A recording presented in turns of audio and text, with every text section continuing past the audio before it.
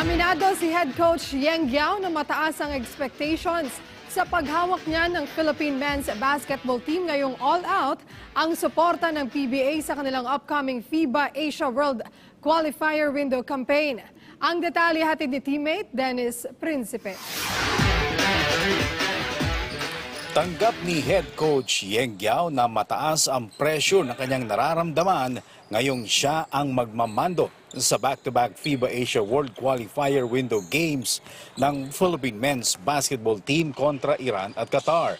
Ayon kay Guiao, biglang tumaas ang expectations ng bansa sa kanyang pamumuno ng Philippine team ngayong naibigay na ng PBA ang halos lahat ng players na nais siyang makasama sa pambansang koponan. Mas pressure yon, pero of course I'd rather have it that way, no, than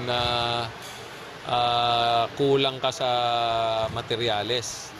Ito yung mga materyales na kailangan natin, except of course may mga suspended pa rin, hindi natin magamit. Gusto ko rin sana na andyan si Junmar, no?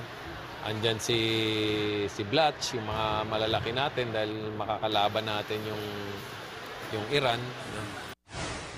Sa kabila nito ay tiwala si Guiao sa magiging performance sa kanyang current big men na sina Asi Taulava, Christian Sanhardinger at Greg Slaughter pagdating sa banggaan nito sa mga poste ng Iran ng pangungunahan ni 7-foot NBA veteran Hamed Haddadi.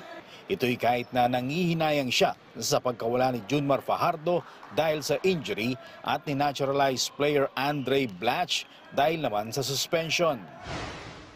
Pero kahit wala sila, nagpapasalamat ako, Greg Slaughter stepped up. And then si Christian Sanhardinger is playing really good basketball nowadays. Tapos andyan pa sina Asi. No? So yung matchup natin sa Iran, palagay ko sa big men, pwede na pagtulungan. No? Pwede na pagtulungan nila Greg, nila Christian, tsaka nila Asi. Yung big man ng Iran. Kumpiyansa din ang current NLEX Road Warriors chief mentor sa kabuuan ng kanyang lineup na sa tingin niya ay mabibigyan ng magandang laban ang Iran kahit na sa home court nito sa Tehran gagawin ang laro. But I feel good about this team. No, I really feel good about this team. Ang kailangan natin sa international is yung mga shooters, yung mga big men na quality. Palagay ko meron naman tayo.